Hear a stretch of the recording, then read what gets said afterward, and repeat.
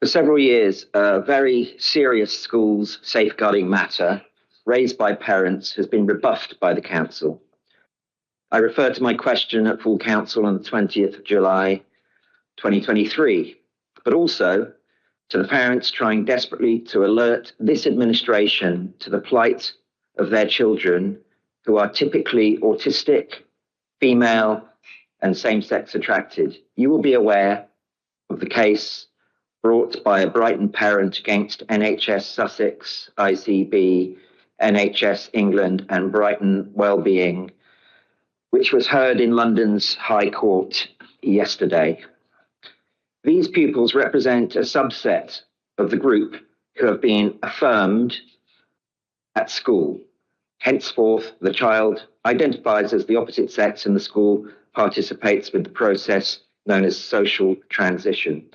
The logical next step for these pupils has been to seek puberty blockers and or proceed along a medical pathway to transition. So this is my question. While it has been argued that the latest version of the Toolkit guidance adheres to legal safeguarding requirements, will the chair or anyone here meet with PSHE Brighton parents and listen to their truly shocking accounts? Thank you.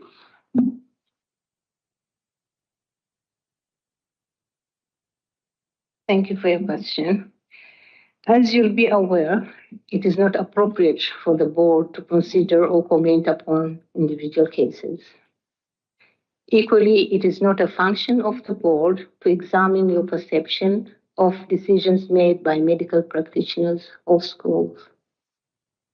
The role of the chair is to chair meetings where decisions are made by board members.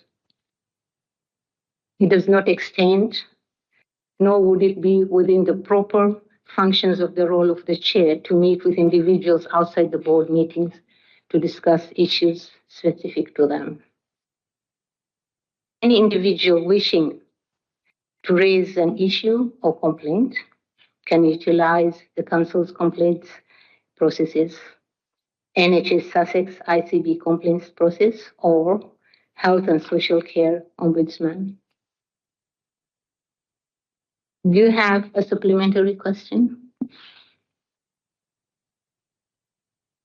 That was disgraceful. Yes, I do. My follow-up question is ICAMS, the ICAMS service, Infant, Child and Adolescent Mental Health Service, children's social work services and local NHS GPs funded by the Sussex ICB are each contributing to a pipeline of children being transitioned in school and social services settings and in social services settings and medicalised by the NHS locally with irreversible consequences for the 16-year-olds affected. I would hope that this board agrees with the review conducted by Baroness Cass and the position of both the government and His Majesty's opposition. However, the practices you are overseeing in the city, you, the board, are entirely outside of Cass and government policy. The board will be aware of cases on these matters heard in court this week. The families instructing these cases are not alone. PSHE Brighton are formed of many families just like them. Does the board disagree with Cass, and why does it refuse to meet PSHE Brighton families? Your answer just now notwithstanding.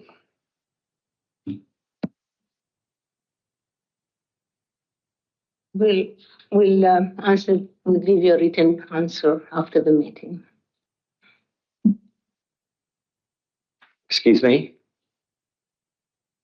We'll provide a written answer after the meeting. Does the board disagree with Cass? And why won't it meet? Why won't it follow a safeguarding? Why won't this council follow a safeguarding first approach? Simple question. Like I said, you'll get the answer written after the meeting.